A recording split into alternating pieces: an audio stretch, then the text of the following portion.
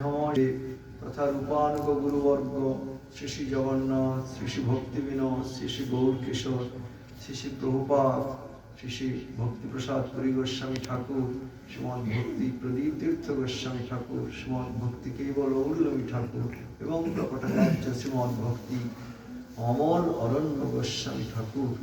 এই রূপানুগ গুরুবর্গের অশোক অভয় অমৃত আধার চরণ কমল যুগলে অনন্ত কোটি দণ্ডবত প্রণাম জানিয়ে তাদের অহেতুকী কৃপা ক্ষমা ভিক্ষা করে কিছু হরিকথা কীর্তন পূর্বক শ্রবণ করার চেষ্টা করছি।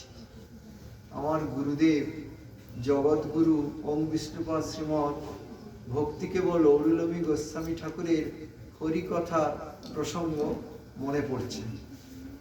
গুরুদেব যখন হরিকথা বলতেন স্বর্ণকূটের কথা আমার স্মৃতিতে বেশি জাগে। তো ভক্তদের মুখে শুনেছি, আমারও দেখাও। তিনি যখন হরিকথা বলতেন, জগৎগুরু শ্রী ভক্তিকে বলে কথা বলছেন, তখন বাঁশি বাজলে যেরকম গোপীরা পাগলিনী হয়ে কৃষ্ণ অভিসারে ছুটে যেতেন, সব কাজ ভুলে। কেউ স্বামীকে খেতে দিয়েছেন, অন্ন দিয়েছেন, আর ডাল দেওয়া হলো না। কেউ বা সন্তানকে স্তন্যপান করাচ্ছিলেন, সেই স্তন্যপান করানো বন্ধ হয়ে গেল, তাকে কোল থেকে নামিয়ে রেখে দিচ্ছেন মাটিতে।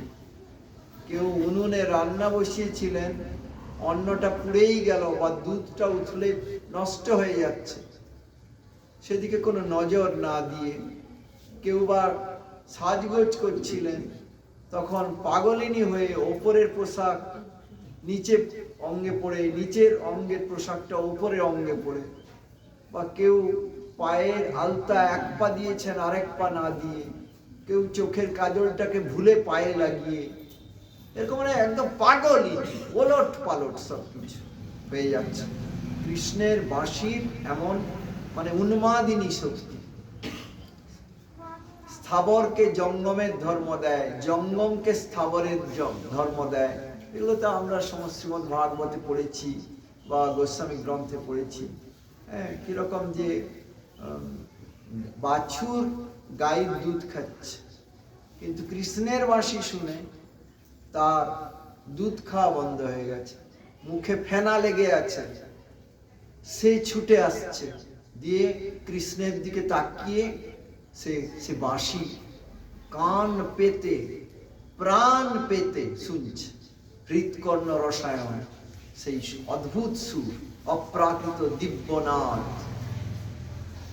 যেটা এই অনন্ত কোটি বিশ্ব ব্রহ্মাণ্ডের যত সুইট সাউন্ডস আছে, আমরা কোকিলের ডাককে বলি খুব মিষ্টি, আমরা নদীর কুলুকুলু বয়ে যাওয়াকে খুব মিষ্টি বলি, বা নুপুরের আওয়াজ, সেটাকে আমরা খুব মিষ্টি বলি।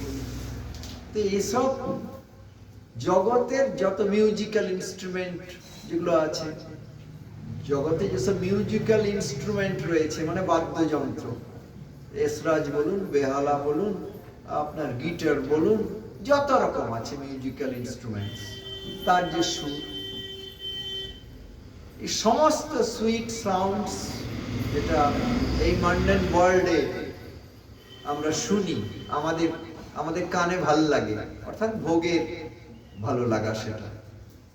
তো যেটা অমঙ্গলকর, যেটা আমাদের সংসার বন্ধনকে আরো দৃঢ় করে, সেই জাগতিক যে শব্দ, সেই শব্দের মাধুরীকে অনন্ত কোটি গুণ ছাপিয়ে এই কৃষ্ণের বেণুনাদের মাধুরী। এ তো জড় জগতের সব সাউন্ডসের কথা ছেড়ে দিবে।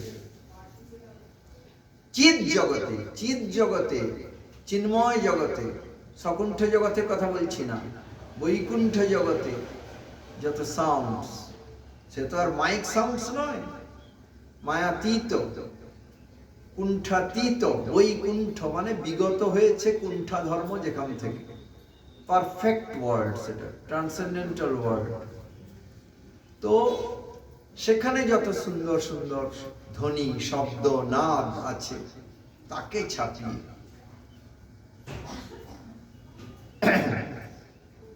মথুরায় নয়, দ্বারকায় নয়, মথুরা দ্বারকায় কি সুন্দর সাউন্ডস নেই? মায়াতীত সব চিন্ময় যত আছে সেগুলোকে ছাপিয়ে, মানে কোনো তুলনা হবে না কৃষ্ণের যে মুরলী ধ্বনির যে মধুরিমা। ওই জন্য রূপ গোস্বামী বলেছেন, ত্রিজগন মানসা কর্ষি মুরলী কল পূজিত।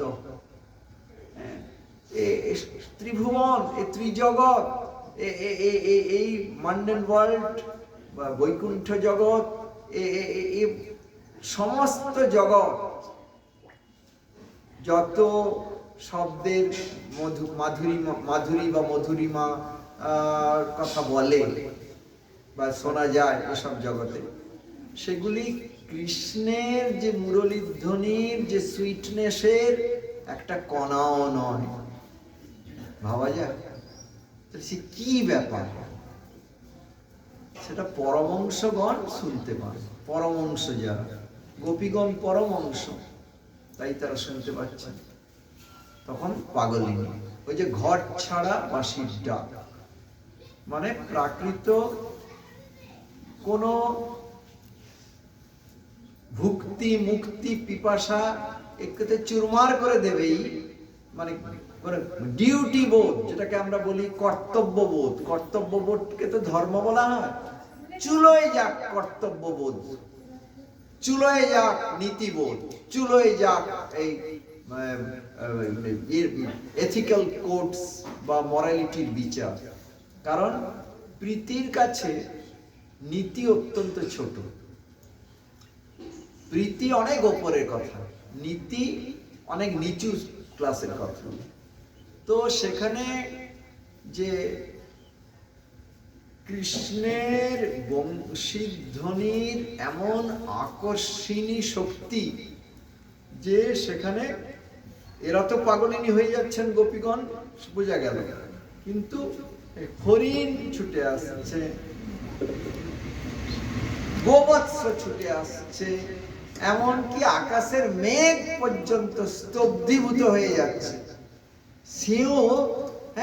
সেও অবাক হয়ে কৃষ্ণের বংশীধ্বনি শ্রবণ করছে, কৃষ্ণের মাথায় ছায়া দিচ্ছে এক জায়গায় স্থির হয়ে। লতা পাতা, ফুলের গাছ, এগুলো সব চিন্ময় ব্রজে। তারা কি করছে না, তাদের গায়ে রোমাঞ্চ হচ্ছে। বলছে রোমাঞ্চ কি করে বোঝা যাচ্ছে না, তাদের পুষ্প উদ্গম হচ্ছে, মুকুলটা প্রস্ফুটিত হয়ে যাচ্ছে, সেটা তাদের গায়ের রোমাঞ্চ কৃষ্ণের বংশীধ্বনি শ্রবণ। তো এই বংশীধ্বনির মাধুরী, এটা কিরকম তাহলে কল্পনা করুন। আমার গুরুদেবের যে বাণী বেণুর যে মাধুরী, অর্থাৎ যখন তিনি হরি কথা কীর্তন করতেন, তার যে ট্রান্সেন্ডেন্টাল সুইটনেস বা অপ্রাকৃত মধুরিমা, তার যে আকর্ষণী ক্ষমতা, সেটা মর্মে মর্মে তার ভক্তগণ শিষ্যগণ উপলব্ধি করেছেন। এখনো উপলব্ধি করা যায় ক্যাসেটে, যেগুলি রেকর্ডেড তার স্পিচেস রয়েছে, সেগুলো শুনলে কিছুটা অন্তত উপলব্ধি হয়। তিনি যখন হরিকথা বলতেন, খুব ছোট ছোট শব্দ ব্যবহার করতেন, খুব মধুর তার কয়েনেজ অফ ওয়ার্ডস, শব্দ চয়ন, তার বাক্য গঠন শৈলী বা সিনট্যাকটিক্যাল ডিভাইস, সেটা অদ্ভুত। এবং নতুন নতুন শব্দ তিনি প্রয়োগ করতেন, যেগুলো ডিকশনারিতে পাওয়া যাবে না। যে কয়েকটা উদাহরণ দিয়ে বলছি। কৃষ্ণ এমন ভালোবাসাময়, আপনি কোনো ডিকশনারিতে পাবেন না ভালোবাসাময় বলে কোনো শব্দ, বাংলা ডিকশনারিতে নাই। প্রেমময় আছে, কৃপাময় আছে, ক্ষমাময় আছে, স্নেহময় আছে, ভালোবাসাময় এরকম কথা কোনো ডিকশনারিতে নাই। এটা আমার গুরুদেবের তার নিজস্ব আবিষ্কার। মানে তিনি প্রেমিক, তো তার মুখ দিয়ে যে ভাষা বেরোয় সেটা প্রেমের ভাষা, ব্রজের ভাষা, গোলকের ভাষা। সেটা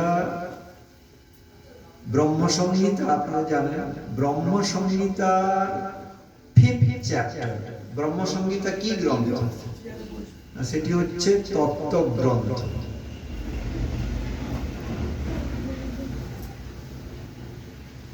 ব্রহ্মসংহিতা তত্ত্ব গ্রন্থ। মহাপ্রভু যখন সাউথ ইন্ডিয়ায় গেছিলেন, সাউথ ইন্ডিয়া, সেখান থেকে তিনি 2টি গ্রন্থ এনেছিলেন। তখন তো ছাপা গ্রন্থ ছিল না, তখন তো পুঁথি আকারে, তালপাতার পুঁথি। তো তিনি 2টি অদ্ভুত গ্রন্থ সংগ্রহ করেছিলেন, একটা তত্ত্ব গ্রন্থ, একটা লীলা গ্রন্থ। তত্ত্ব গ্রন্থ হচ্ছে এই ব্রহ্মসংহিতা, যার একটা চ্যাপ্টার মাত্র পাওয়া যায় এখন। গ্রন্থের একটা মাত্র অধ্যায় পাওয়া যায়, 5th চ্যাপ্টার, পঞ্চম অধ্যায়।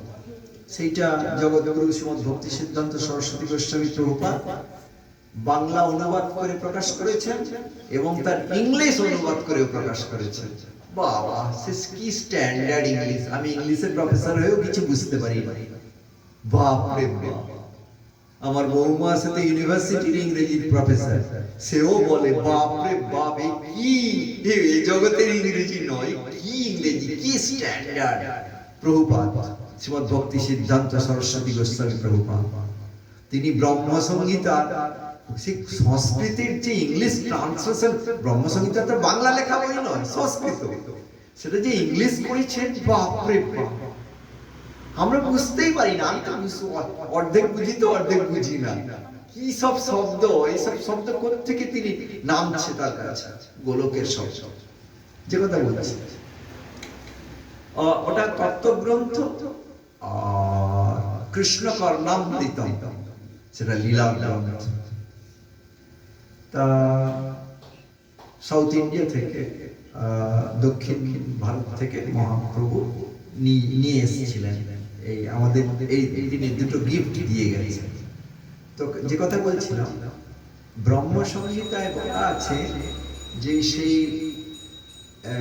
কৃষ্ণের রাজ্য, মানে গোলক, সেই ব্রজ, নিত্য ব্রজ, সেখানে কিরকম না, কথাটাই সেখানে গান।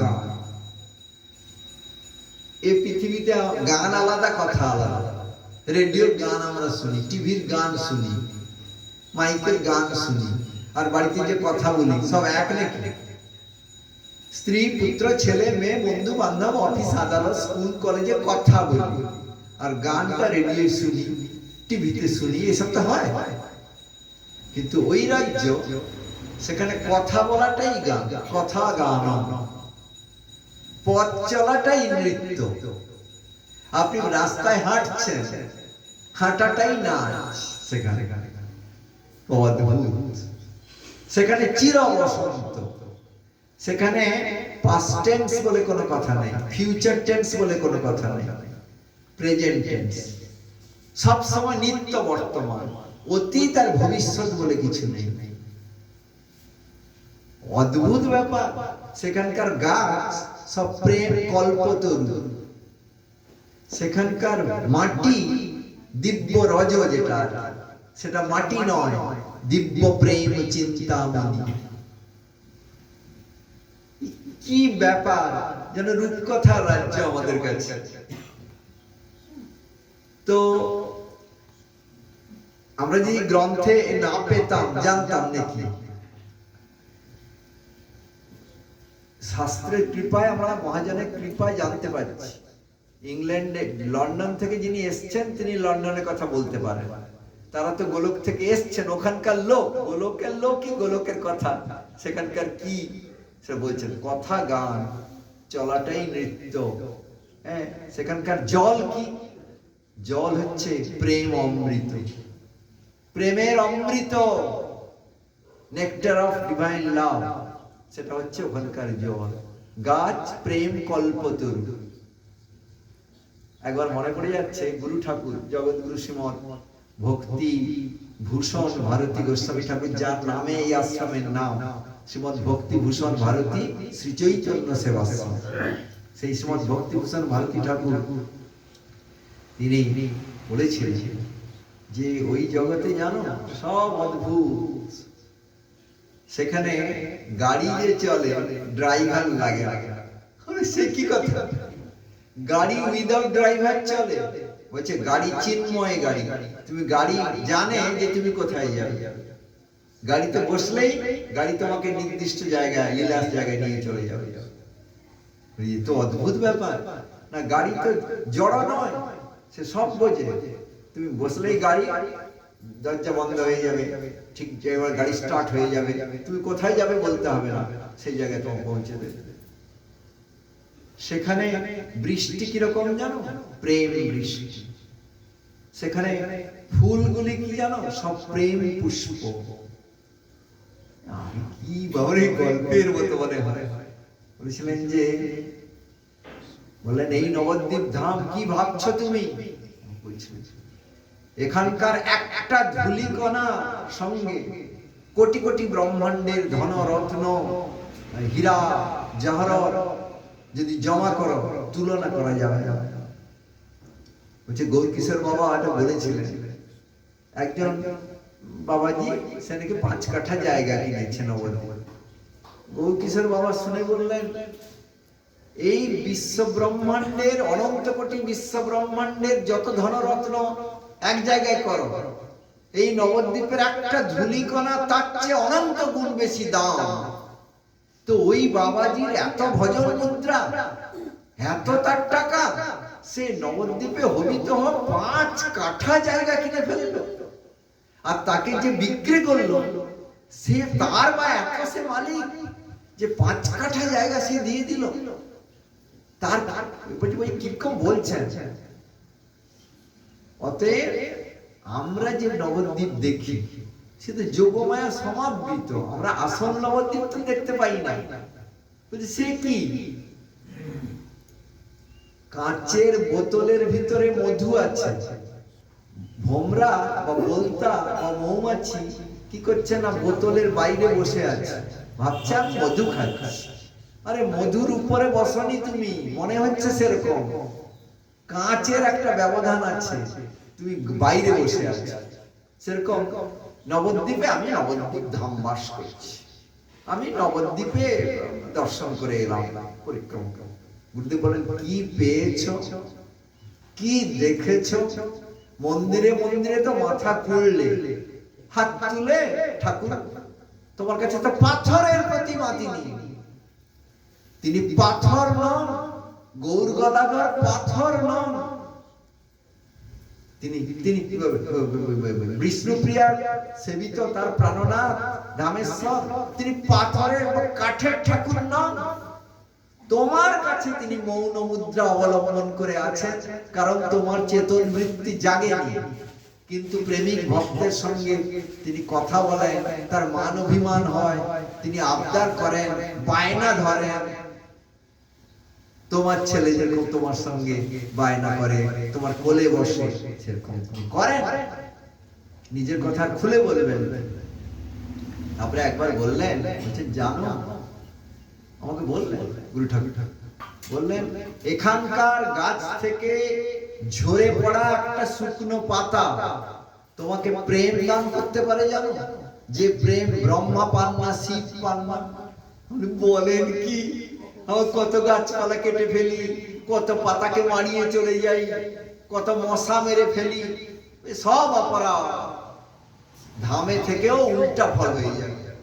তাই হচ্ছে আমার লোকে ভাবছে যে নবদ্বীপ ধামবাসী, বিন্দু মাত্র এগোতে পারছে না, কারণ ধামাপরাধ হয়ে যাচ্ছে। সরস্বতী জয়শ্রী গ্রন্থে 10 রকম ধাম অপরাধের কথা বলা আছে। অত সহজ নয় ধামবাস বা ধাম পরিক্রমা, অত সহজ নয়, প্রতি পদে অপরাধের চান্স আছে। তো কত সাবধানে থাকতে হবে। আমার পাটা যদি একটা পিঁপড়ার উপরে পড়ে, সে পিঁপড়া, ধামের পিঁপড়া যদি মারা যায়, আমার একটা ধামের একটা চিন্ময় প্রাণীকে আমি হত্যা করলাম, আমি মারালাম। কত শুনে ভয় লাগে না যে বাপ রে বাপ। তো এই মানে খুবই সাবধানে, বন্ধময়ী সাবধান, ধামবাসটা খুব সাবধানে করতে হয়, খুব সাবধান। কারণ এই যে নবদ্বীপ ধামের বর্ণনা, এগুলো আমরা কি দেখতে পেয়েছি? কিন্তু গুরুদেব বলেছেন বলে জানতে পেরেছি। সেরকম ব্রহ্ম সংহিতায় আমরা পেলাম, ব্রহ্ম সংহিতায় আমরা পেলাম যে ওই রাজ্যটা কিরকম। তো সেখানে সেই এই যে অপ্রাকৃত, সে অপ্রাকৃত দেখুন, অপ্রাকৃত যে গোপীগণ, অপ্রাকৃত কৃষ্ণের বেণুধ্বনিতে পাগলিনী, সেখানকার গাছপালা তরু লতা সব কৃষ্ণের বংশীধ্বনি শ্রবণ করছেন। স্থাবর জঙ্গমের ধর্মপ্রাপ্ত হচ্ছে। জঙ্গম, জঙ্গম মানে যেটা হাঁটতে পারে, চলতে পারে, গতিশীল, যেটা ডাইনামিক, সেটাকে বলে জঙ্গম। আর স্থাবর মানে যেটা স্থির, স্থাণু, স্ট্যাটিক, মানে নড়তে পারে না। তো স্থাবর জঙ্গমের ধর্ম পেয়ে যাচ্ছে, জঙ্গম স্থাবরের ধর্ম পেয়ে যাচ্ছে। তা কি বলে, যমুনা উল্টো দিকে বইছে, এই কৃষ্ণের বংশীধ্বনি এরকম মাধুরী। আমার গুরুদেব যখন হরি কথা বলতেন, তিনি এমন তার শব্দ চয়ন, এমন তার বাক্য গঠন, এমন প্রতি পদে তিনি এমন এক্সাম্পল দিয়ে কথা বলতেন, এক্সাম্পল, উদাহরণ দিয়ে, ঘরোয়া উদাহরণ দিয়ে বলতেন। আর এত এত কঠিন কঠিন তত্ত্বকে এত সিম্পল এবং লুসিড স্টাইলে, মানে সরল সাবলীল ভঙ্গিতে বলতেন যে আবাল বৃদ্ধ বনিতা মন্ত্রমুগ্ধ হয়ে শুনতেন, তাই নয় বুঝতেও পারতেন। গুরুদেব যখন বাইরে যেতেন, বাইরে মানে ধরুন বেঙ্গলের বাইরে, গুরুদেব হিন্দিতে ভাষণ দিতে আমি শুনিনি, কিন্তু তখন কিসে ভাষণ দিতেন? ইংলিশে। যখন সেখানে ধরুন রাজ্যপাল, মন্ত্রী এরা উত্তরপ্রদেশে বা মহারাষ্ট্রে বা বিভিন্ন জায়গায় যখন তিনি গেছেন, সেখানে চেন্নাইতে বিভিন্ন জায়গায়, তো এমনকি এতেও উড়িষ্যায়ও তিনি উড়িয়া ভাষণ দেন। সেখানে হয় বাংলা অথবা ইংলিশ, যেখানে ভাইস চ্যান্সেলর, রাজ্যপাল, মন্ত্রী এরা আসছেন, সেখানে ইংলিশেই তিনি বলতেন। এবার মজা, সেইখানে ধরুন কয়েক হাজার শ্রোতা আছে, তার মধ্যে অনেকেই পড়াশোনা একদম নাই, গ্রাম্য বধূ, তারাও বসে আছেন শুনছেন, বালক তারাও শুনছেন। 1.5 ঘন্টা গুরুদেব ইংলিশে ভাষণ দিচ্ছেন, একটা কোনো ট্যাপ হোক, কারো কোনো শব্দ নাই, পিন ড্রপ সাইলেন্স। এটা কি করে হচ্ছে? এটা বলুন বলুন। না, গুরুদেবের বাণীর এমন মাধুরী যে তার যে ধ্বনিটা যাচ্ছে, সেটা ইংরেজিতে হতে পারে, কিন্তু সেই ধ্বনিটার যে মাধুরী, তাতে তার হাঁ করে শুনছে। তাদের হৃদয়ে, গুরুদেবের হৃদয় থেকে ভেসে আসা কথা ভাষার ব্যবধানকে ঘুচিয়ে দিয়ে সেই সব শ্রোতাদের, আবাল বৃদ্ধ বনিতা, সবার হৃদয়ে ঢুকে যাচ্ছে। সবাই হাঁ করে পান করছে। কানের ভিতর দিয়া মরমে পশিল, কানের ভিতর দিয়ে সেই অপ্রাকৃত মানে বাণীরূপ বেণু, যে বেণু ধ্বনি, সেটা কি করছে না, সবাইকে মন্ত্রমুগ্ধ করে দিচ্ছে। আর যারা শিক্ষিত, যারা উচ্চ শিক্ষিত, রাজ্যপালটা তারা তো একদম মুখ খুলে, এক জায়গায় রাজ্যপাল এসেছিলেন, 10 মিনিট থাকবেন তিনি। ওদের সারাদিনে বহু সভায় যেতে হয়, ম্যাক্সিমাম রাজ্যপাল 1.5 ঘন্টা বসে আছে। তারপরে তার যে প্রাইভেট সেক্রেটারি রাজ্যপালকে ঘড়ি দেখা যাচ্ছে যে আপনার আরো অনেক জায়গায় যেতে হবে, আজকে অনেক জায়গায় মিটিং এ যেতে হবে। রাজ্যপাল তার দিকে তাকাচ্ছে না, গুরুদেবের দিকে তাকে হাঁ করে শুনছে। তারপরে সেই তার প্রাইভেট সেক্রেটারি যাওয়ার সময় কি বললো জানেন? বললো, আপকা গুরুদেব তো राज्य गवर्नर साहेब को जादू की दिया, उनको तो जादू की दिया, মানে আমি হিন্দি বলতে পারছি না, মানে তাকে তো একদম জাদু করে দিয়েছেন তিনি। বলছেন উনি 15 মিনিটের বেশি কোনো সভায় বসেন না, তার অনেক জায়গায় সভায় যেতে হয়। তিনি 1.5 ঘন্টা দেখছি হাঁ করে গুরুদেবের দিকে তাকিয়ে শুনছেন, উঠতেই পারছেন না তিনি। তারপরে যখন তাকে ভাষণ, এরকম এক জায়গায় নয়, সব জায়গায়। এবং তারপরে যখন তাকে ভাষণ দিতে বলা হবে, তখন তারা, সে রাজ্যপাল হোক আর ভাইস চ্যান্সেলর হোক বা মন্ত্রী হোক, তারা দাঁড়িয়ে বলেছেন যে এই গুরুদেবের কথার পর আমরা কি কথা বলবো, আমাদের কোনো কথা বলার নাই, শুধু তার কাছে তার চরণে দণ্ডবোধ জানাই, আমাদের জীবন ধন্য হলো, এরকম কথা জীবনে শুনিনি, আমরা আমরা মন্ত্রমুগ্ধ হয়ে গেছি, আমার যে অন্য জায়গায় কাজ আছে সেসব ভুলে গেছি, যে আমরা মুগ্ধ হয়ে গেছি, সময় জ্ঞান নাই আমাদের। এটা হচ্ছে কৃষ্ণের বাণী, মানে কৃষ্ণের বেণুর যেরকম আকর্ষণী ক্ষমতা, কৃষ্ণ জন যে গুরুদেব তারও সেরকম। নমঃ বিষ্ণুপাদায় কৃষ্ণ প্রেষ্ঠায় ভূতলে, কৃষ্ণের সকল গুণ ভক্ততে সঞ্চারে। তো কৃষ্ণের যে বেণুর মাধুরী, এটা একটা গুণ, সেইটা কৃষ্ণ মানে কৃষ্ণ জন অর্থাৎ গুরুদেব, তার বাণীর মধ্যেও সেই একই মধুরিমা, সেই একই আকর্ষণী শক্তি। গুরুদেবের গলার আওয়াজ এত মিষ্টি, যখন তিনি ধরো 80 বছর বয়সে হরিকথা বলছেন, কিন্তু মনে হচ্ছে যেন একটা 16 বছরের ছেলে কথা বলছে।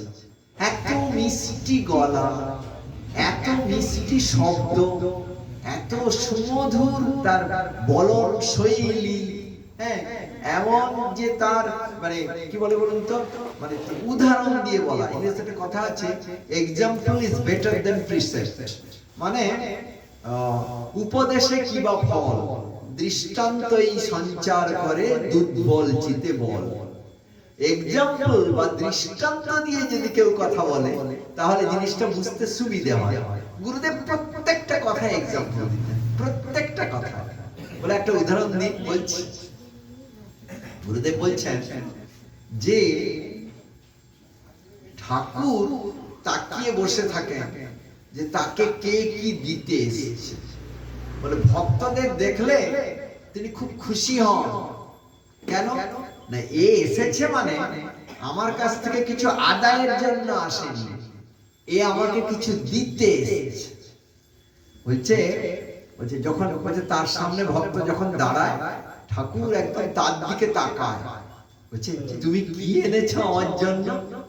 তখন আমি তোমার জন্য এটা এনেছি, এই অসময়ের আম এনেছি, তোমার অনেক দূর থেকে তোমার জন্য মালদা থেকে আম এনেছি, বাইরের আম, কত সুন্দর আম, তোমার অসময়ের ফুলকপি উঠেছে বাজারে, তোমার জন্য এনেছি, এই আমার বাগানে এটা হয়েছিল তোমার জন্য। বলছে ঠাকুর কি খুশি। বলছে আরো কি কি ব্যাগ থেকে বের করায় দেখি। ঠাকুর চোখ একদম খাড়া করে লোভী ছেলের মতো তাকায়। তারপরে যখন কীর্তন শুরু করে ভক্ত, গুরুদেব বলছেন নন্দ নন্দন যশোমতী নন্দন, এসব কত কীর্তন। তখন বলছেন কৃষ্ণ নড়ে চড়ে বসে সিংহাসনে, বলে আমার বাবা মার কথা বলছে, নন্দ যশোমতী।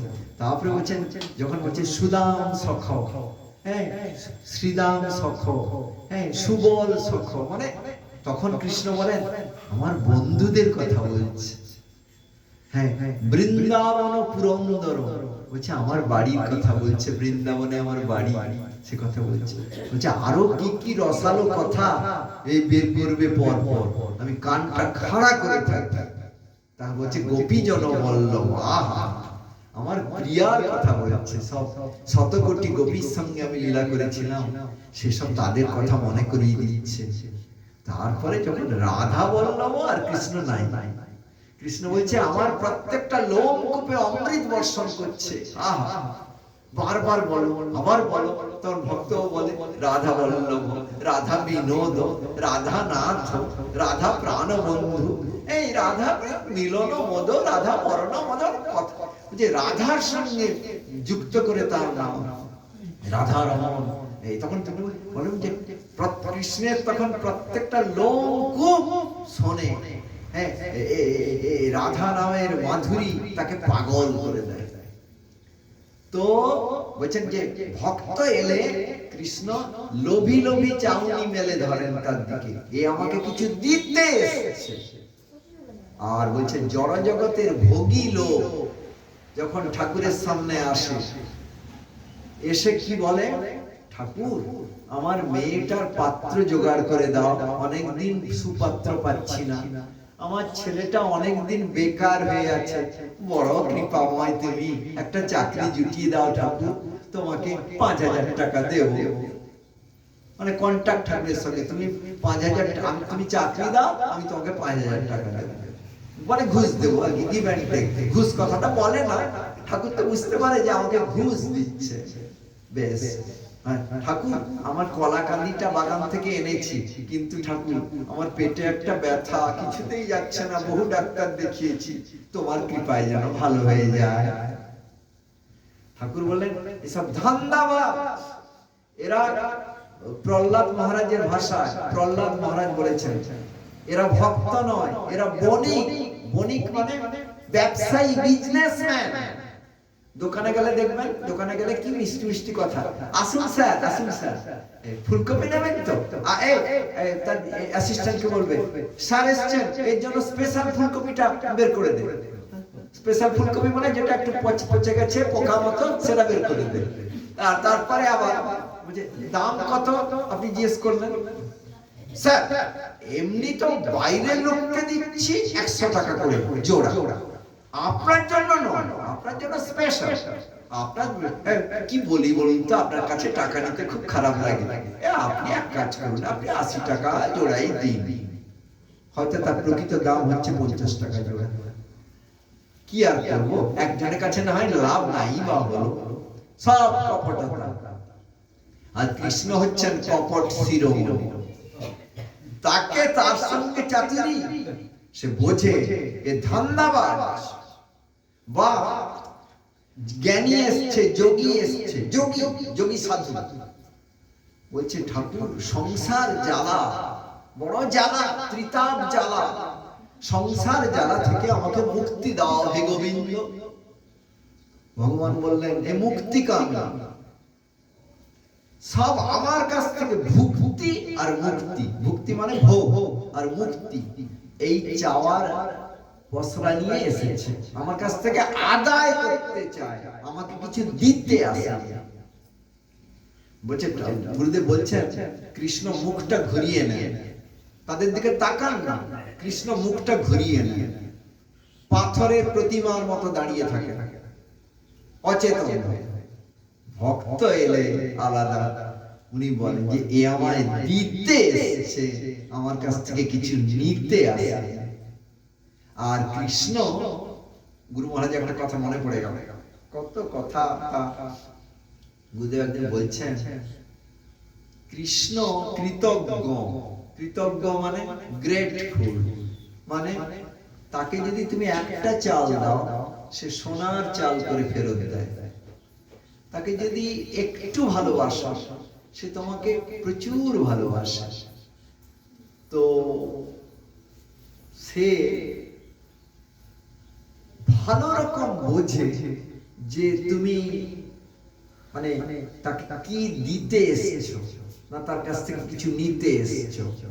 তো তিনি কি করেন না, যখন তুমি তাকে ভালোবেসে কিছু জিনিস দাও, তোমার ওই ভালোবাসাটাকে তিনি খান। লক্ষ্মী দেবী যার সেবা করে, আকাশে সূর্য চন্দ্র যার আরতি করে, তুমি ভাবলে আমি একটা চুনোপুটি লোক, আমি একটা অশিক্ষিত বা একটা রোগাক্রান্ত একটা বুড়া, আমি গ্রামের লোক, আমি কিছুই জানি না, শাস্ত্র জ্ঞান নাই, আমি ঠাকুরকে কি আরতি করব? চন্দ্র সূর্য আরতি করে, দেবতাগণ আরতি করে, মুনি ঋষিগণ আরতি করে, আমি কি করব? আমি ছাপোষা মানুষ, আমি তার জন্য কি রান্না করব? লক্ষ্মী দেবী যার রান্না করেন। গুরুদেব বলছেন এটা এটা ঠিক সিদ্ধান্ত নয়। বলছেন তুমি তোমার হাতে যদি আদর করে একটা প্রদীপ জ্বালিয়ে দাও তার মন্দিরে, সেটার আলো তার ভালো লাগে। যে তিনি বলেন তুমি প্রীতি করে আমার মন্দিরে যে প্রদীপটুকু জ্বেলে দিয়েছো, তার আলোয় তোমার ভালোবাসার স্নিগ্ধতা ভালোবাসার স্নিগ্ধতা মিশে আছে। এই আলো আমার ভারী ভালো লাগে। চন্দ্র সূর্যের আলো আমার নিরাজন করে, সে কথা তুমি ভাবনি। তুমি তোমার ক্ষুদ্র এতে তুমি প্রদীপটা জ্বালিয়ে দিয়েছো, মাটির প্রদীপ, হয়তো সোনার প্রদীপ নয়, মাটির প্রদীপ জ্বালিয়ে দিয়েছো। এই আলোই আমার ভালো লাগে, কারণ এতে মেশা আছে তোমার হৃদয়ের মধুরী মাধুরী, তোমার হৃদয়ের স্নেহ, স্নেহের মানে আলো, এটা স্নিগ্ধ আলো, তোমার হৃদয়ের ভালোবাসার আলো, এটা আমার ভারী ভালো লাগে। তুমি যে বলছেন যে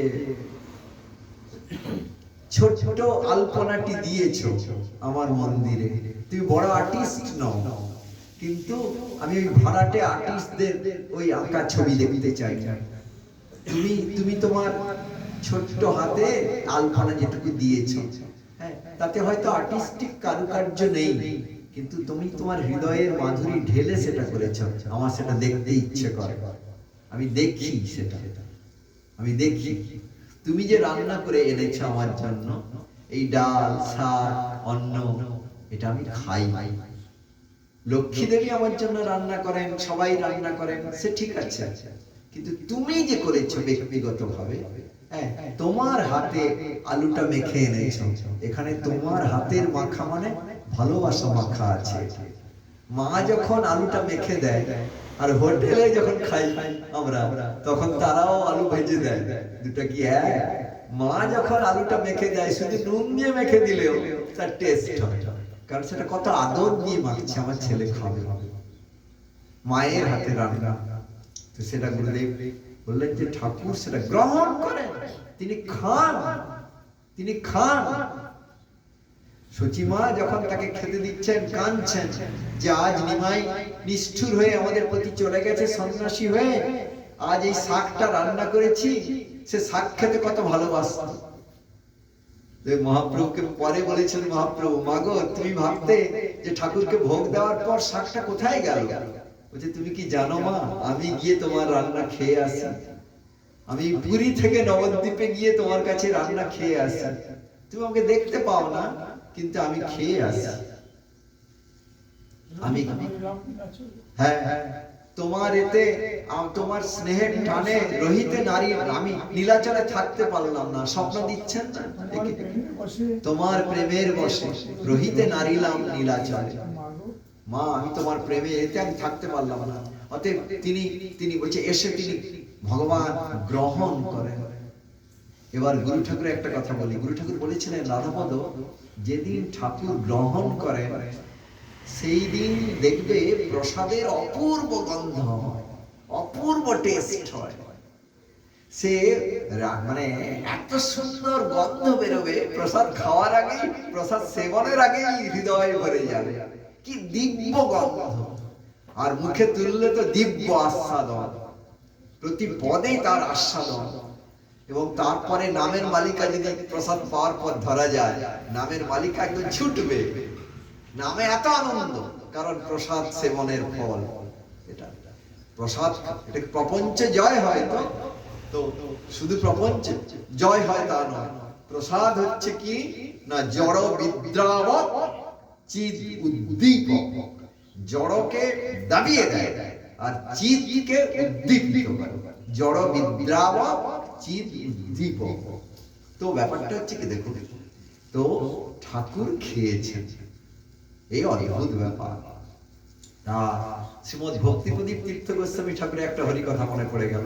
তিনি বলছেন, কিরে তোরা তো গৃহস্থদের, বলছেন তোরা তো বাড়িতে মূলো টুলো ফেলে দিস, শাকটা খাস না, ফেলে দিস, তোরা যেগুলো ফেলে দিস সেগুলো দেখ আমরা রান্না করেছি মঠে, গিরিধারীকে দেওয়া হয়েছে, তার কি টেস্ট দেয়। বাড়িতে অনেক তেল মশলা দিয়ে কি এরকম টেস্ট বানাতে পারিস? পারিস না। কেন পারিস না? এখানে গিরিধারী খায়, গিরিধারীর অধরামৃতে যে টেস্ট হয়, সেটা বাড়িতে তেল মশলা ঘি যত আনাজপাতি দিয়ে রান্না করিস না কেন, হবে না। বলেছেন কি অমৃত আস্বাদ। মানে ঠাকুরের প্রসাদ, ঠাকুর খান। অতএব আমার যে দুর্যোধনের যে অহংকার যে আমি রাজা, এই গোয়ালার বেটা কৃষ্ণ ভালো মন্দ তো খাই নাই, আজকে লাঞ্চটা আমার কাছে করে যাবে, দুপুরে খাওয়া, মানে অহংকারের সঙ্গে বলছে। কৃষ্ণ মুখ টিপে হাসলেন, তোমার এই গর্ব, তোমার অহংকার, আমার খেয়ে দে কাজ নাই, তোমার এই নিমন্ত্রণ আমি গ্রহণ করব। তিনি চলে গেলেন বিদুরের বাড়ি। সেটা বলছি, দুর্যোধন কা ভোগ না খাও, রুখা শাক বিদুর ঘর পাও, হইছে প্রেম পূজারি রাধে, শ্যাম শ্যামা শ্যাম। বিদুরের ঘরে যখন পৌঁছেছেন, বিদুর তখন বাড়িতে নেই, তিনি গরিব, তিনি ভিক্ষায় গেছেন। আর বিদুরের পত্নী কৃষ্ণকে দেখে, আমার বাড়িতে আজ কৃষ্ণ অতিথি, কি করবেন, কি পাগল হয়ে গেছে। তখন তাকে মানে চোখের জলে পা ধুয়ে দিয়ে কোন রকম একটা আসনে বসিয়ে, প্রভু বলছেন আমার ভীষণ খিদে পেয়েছে, আমার কিছু খেতে দাও। তখন বলছে হ্যাঁ প্রভু আনছি। কি আনি? তো কলা ছিল, সে কলাটা এনে কি করছেন, প্রেমের আবেশে কলাটা খোসা ছাড়িয়ে কলাটাকে ফেলে দিচ্ছেন, আর খোসাটা কৃষ্ণের মুখে ধরছেন। কৃষ্ণ খোসা খেয়ে যাচ্ছে। উনি যে কি করছেন জানেন না, এত আনন্দ। এবার বিদুর পৌঁছেছেন। বিদুর বলে, কৃষ্ণ আজ আমার বাড়িতে, এই কি করছো তুমি? তার স্ত্রীকে বকছে, তুমি প্রভুকে আমার খোসা খাওয়াচ্ছ, কলা ফেলে। তখন বলছে আমি তাই করছি বুঝি, হায় হায়, ক্ষমা চাইছে। তখন কৃষ্ণ বলছেন, বিদুর তুমি ডিস্টার্ব করবে, আমি এতক্ষণ কলাও খাইনি, খোসাও খাইনি, তোমার সহধর্মিনীর প্রেম খাচ্ছিলাম, আমি তার আদর খাচ্ছিলাম, আমি কলাও খাইনি, খোসাও খাইনি, তার আদরটুকু খাচ্ছিলাম, তুমি কেন ডিস্টার্ব করলে বলো তো? হইছে প্রেম পূজারি রাধা, শ্যাম শ্যামা শ্যাম। সুদামা বিপ্র, সুদামার খুদ, সুদামা একসাথে পড়েছিলেন। এখন কৃষ্ণ রাজা, দ্বারকার রাজা, আর সুদামা গরিব বাবা, গরিব বাবা। তার সহধর্মিনী কাঁদেন যে দুটো অন্ন দেব স্বামীকে, সেটুকুও জোটে। শাক সেদ্ধ দিয়ে, কোনদিন অন্ন নাই, শাক সেদ্ধ করে দিয়েছে। তখন বলছেন যে একদিন আর থাকতে পারলেন না, বলছেন একটা কথা তোমাকে বলবো না? বলো না। শুনেছি তোমার বন্ধু কৃষ্ণ, একসঙ্গে নাকি তোমরা পড়াশোনা করেছো গুরুগৃহে। না, হ্যাঁ, সে কি মিষ্টি বন্ধু না, একবার তার কাছে যাবে, তার কাছে প্রার্থনা করলে তিনি যা সম্পদ দিয়ে দেবেন, তোমার দারিদ্র থাকবে না। তখন উনি ভাবলেন এটা ভালো কথা, কিন্তু আমি তার কাছে টাকার জন্য যাব না, অনেক দিন তাকে দেখিনি, এটা ভালো কথা বলেছে তো, আমি সেই তার দর্শনের জন্য যাব। বলছে এতদিন বাদে যাব, তার জন্য কি নিয়ে যাই বলো তো বন্ধুর কাছে? তখন তার মানে তার স্ত্রী মাথায় হাত, কিছু নাই বাড়িতে। এবার আশেপাশের বাড়ি থেকে চিড়ে এনেছে, সেই শুকনো চিড়ে, কেউ বলেন চিড়ে, কেউ বলেন খুদ, যাই হোক এনেছে। এনে সেইটা তার বামুনের মানে একটা উত্তরীয়তে বেঁধে দিয়ে, উত্তরীয়টাও ধুলা মলিন ময়লা, সামান্য কথা, নতুন বস্ত্র নেই, বেঁধে দিয়েছে। উনি চলছেন রাস্তায়, খালি ভেবে ভেবে যাচ্ছেন কৃষ্ণ এমন হাসতো, এমন কথা বলতো, এমন ব্যবহার করতো, এমন পড়াশোনা করতো, এমন গুরু আর গুরু পত্নীর সেবা করতো, তার সঙ্গে এই দিন এই কথা হয়েছিল, এই সব সেই স্মৃতি ভাবছে। আমার ভাগ্যে কৃষ্ণ দর্শন হবে, সে কি আমায় চিনতে পারবে? আমি তো পথের ভিখিরি, সে রাজেশ্বর। তার কি মনে আছে সেই ছোটবেলা, সেই গুরু গৃহের দিনগুলোর কথা? এসব ভাবতে ভাবতে কত রাস্তা পেরিয়ে কৃষ্ণের প্রাসাদে পৌঁছে গেল। এবং কৃষ্ণের প্রাসাদে বলছেন আমি বন্ধুর সঙ্গে দেখা করব। গেট কিপার বলছে বন্ধু মানে কে বন্ধু? না, কৃষ্ণের সঙ্গে। পাগলা, এই রাস্তার ভিখারি বলে কি আমাদের প্রভুর সঙ্গে দেখা করবে, রাজা ধীরের সঙ্গে। যাও বাইরে থাকো, এই যে ময়লা কাপড়ে তোমার গা থেকে গন্ধ বেরোচ্ছে, আর সে তোমার ধুলো, এক হাঁটু ধুলো, তুমি রাজপ্রাসাদে ঢুকবে। তখন উনি কি করলেন, সে রাজপ্রাসাদের বাইরে থেকে, হা কৃষ্ণ তোমার কাছে এসেও তোমার দর্শন পেলাম না বলে কাঁদতে লাগলেন। যেই ডেকেছে, কৃষ্ণের কাছে বেজে গেছে এই শব্দ, নাম নামি অভেদ, কৃষ্ণ পাগলের মতো ছুটে আসছে। তিনি অন্তঃপুরে ছিলেন তখন, মানে তার রানীগণ তার পা টিপে দিচ্ছেন, তাম্বুল দিচ্ছেন, তাদের সব ঠেলে দিয়ে তিনি পরে ছুটে, কি হলো কি হলো। কৃষ্ণ কারোকে গেট, বহু গেট পেরিয়ে আসতে হচ্ছে, এবং সব গেটের যারা দারোয়ান তাদের সব ঠেলে ছুটে আসছে। বলছি প্রভু, তারা সব ভয় পেয়ে কি হয়েছে, ছুটে এসে মূল গেটের বাইরে এসে, বন্ধু তুমি এসেছো বলে তাকে বুকে জড়িয়ে ধরলেন। আর এরা হা করে দেখছে কি, রাজাধিরাজের সঙ্গে পথের ভিখারির মিলন দিয়ে, তারা তো ভয়ে কাঁদছে যে এরা একে আমরা ঢুকতে দিইনি, অপরাধ করেছি। দিয়ে তাকে একদম বেড চেম্বারে কৃষ্ণ নিয়ে চলে গেলেন, শোয়ার ঘরে দিয়ে বসিয়ে নিজের পালঙ্কে সোনার কলসিতে, সোনার পাত্রে নিজের হাতে তার পা ধুইয়ে দিয়েছেন, নিজের হাতে। রানীরা সব জল এনে দিচ্ছেন, সুবাসিত জলে পা ধুইয়ে দিচ্ছেন। এবং আপনারা বলবেন, আচ্ছা সুদামা কি করে নিচ্ছেন এটা, কৃষ্ণের তার পা ধুয়ে দিচ্ছেন। উনি কিছু বুঝতেই পারছেন না, ওর দেহ স্মৃতি নাই। এ কি কৃষ্ণের প্রেমে, মানে তার দেহ স্মৃতি নাই, কি হচ্ছে তিনি জানেন না। তখন ওই তার পায়ে অনেক কাঁটা ফুটেছে। কাঁটা ফুটেছে কেন? উনি তো খালি পায়ে গেছেন না, বন জঙ্গল পেরিয়ে এক জায়গায় কৃষ্ণ যেই তার জল দিয়ে ধুচ্ছেন, আহ করে উঠেছেন, মানে হাতে কাঁটাটা লেগে গেছে। মানে তার তিনি বলছেন, ও সখা, তো তোমার তোমার পায়ে তাহলে কাঁটা আছে, তুমি এরকম মানে কষ্ট পেলে। তখন তিনি তুলে কিছু বলছেন না, দেখি তো পায়ের তলাটা। তখন বলছেন কাঁটা কাঁটা। তখন বলছেন তাড়াতাড়ি নুরুন আনো, নুরুন মানে ওই কি বলে আপনাদের দেশের ভাষায়, চিমটা, সেটা চিমটা। তখন সোনার চিমটা আনতে ছুটে গেছেন। হ্যাঁ, সোনার চিমটা আনতে সব ছুটে গেছেন। কারা? মানে রানীরা। কৃষ্ণের আর অপেক্ষা, কৃষ্ণের আর তর সইল না। তিনি নিজের দাঁত দিয়ে, দেরি হয়ে যাচ্ছে, আমার ভক্তের কষ্ট হচ্ছে, নিজের দাঁত দিয়ে তার ভক্তের বন্ধু পা থেকে কাঁটা তুলে নিলেন, দাঁত দিয়ে। মানে কি অবস্থা। তারপরে তাকে চব্য-চস্য লেজ্জ পেয় সব রকম কত রকম বসিয়ে কৃষ্ণ খাওয়াচ্ছেন, এটা একটু খাও, ওটা একটু খাও। তিনি না ফেল ফেল করে তাকিয়ে আছে, এইসব কি খাওয়া, কি ব্যাপার, কি রূপকথার মতো। বলছে কৃষ্ণ বলছে, না না, এটা তো খেতেই হবে।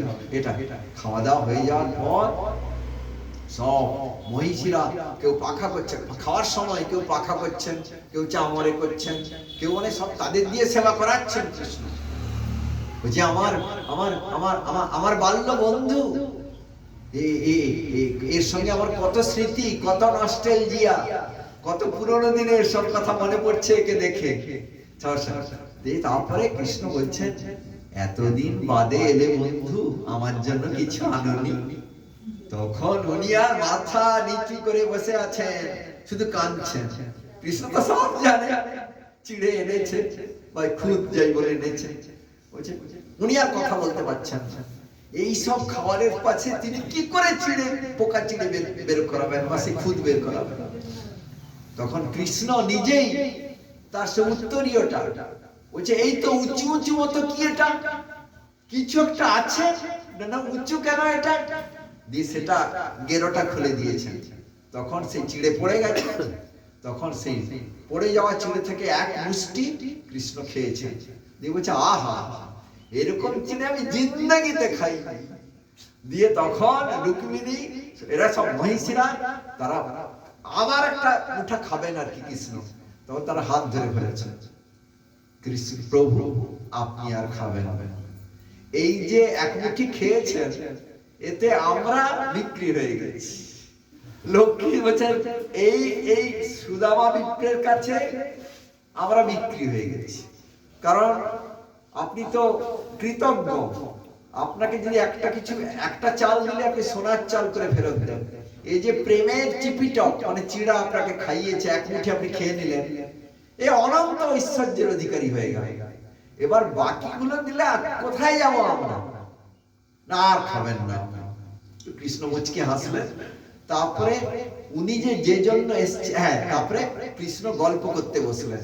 মনে পড়ে সেই দিনের কথা, মনে পড়ে সেই আমরা গরু চড়াতে গিয়ে আমরা রাস্তা হারিয়ে ফেলেছিলাম, জঙ্গলে হারিয়ে ফেলেছিলাম, প্রচুর বৃষ্টি এলো, আমরা গুরুগৃহে আর ফিরতে পারিনি, সে নানা কথা সব বলতে বলতে সারা রাত কাটিয়ে দিলেন।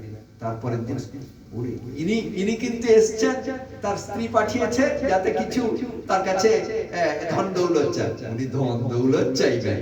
তারপরে বিদায়ের সময় কৃষ্ণ নিজের গলার হারটা তাকে পরিয়ে দিলেন, দিয়ে রাস্তা অনেকটা রাস্তা অব্দি এগিয়ে দিলেন, আবার এসো বলু।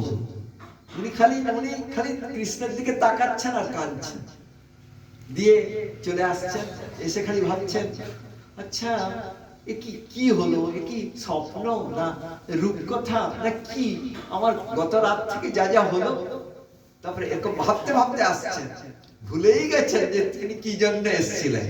এবার যখন ফিরলেন নিজের গ্রামে, দেখলেন সে পর্ণকুটির নাই, বিশাল রাজপ্রাসাদ, তার সেই মানে ছেঁড়া শাড়ি পরা স্ত্রী নাই, রাজ রানী বেশ ধরে সোনা দানা মুক্তা গহনা পরে আসছে, এবং তার সব সখীরা দাসীরা তাকে ঘিরে আছে, এসে তার ব্রাহ্মণী তাকে প্রণাম করছে। এসব কি, তুমি তোমার এই বেশ? না, সব তোমার বন্ধুটিতে করে দিয়েছেন, তুমি তো তার কাছে প্রার্থনা করেছো নিশ্চয়ই। তারপর না, আমি কিছু প্রার্থনা করিনি, আমি করতে পারিনি। তিনি অন্তর্যামী ভগবান, আমি যে পাঠিয়েছিলাম তিনি জেনে তা করেছেন।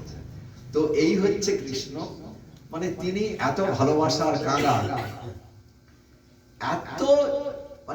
এত কৃষ্ণের বাড়িতে কি 9 লক্ষ গাধা, যশোমতী মা আবার তার মধ্যে বেছে বেছে কয়েকটা গাভীকে পদ্মগন্ধ ঘাস খাওয়ান, সুগন্ধি ঘাস, সেই সুগন্ধি ঘাস খাওয়ান যাতে তাদের দুধটা সুগন্ধি হয়।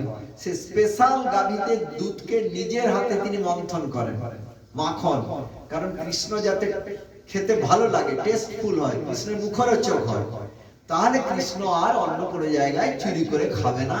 ওর বদনাম হচ্ছে, মাখন চোর বলে রটে গেছে চারপাশে, সবাই কমপ্লেন করে যে তোমার ছেলেটা আমাদের ব্রজে থাকতে দেবে না, আমরা মাখন তুলে রাখি, ও নিজে খায়, বানরদের খাওয়ায়, হাঁড়ি ভাঙে, চারপাশে মাখন তছনছ করে দিয়ে আসে।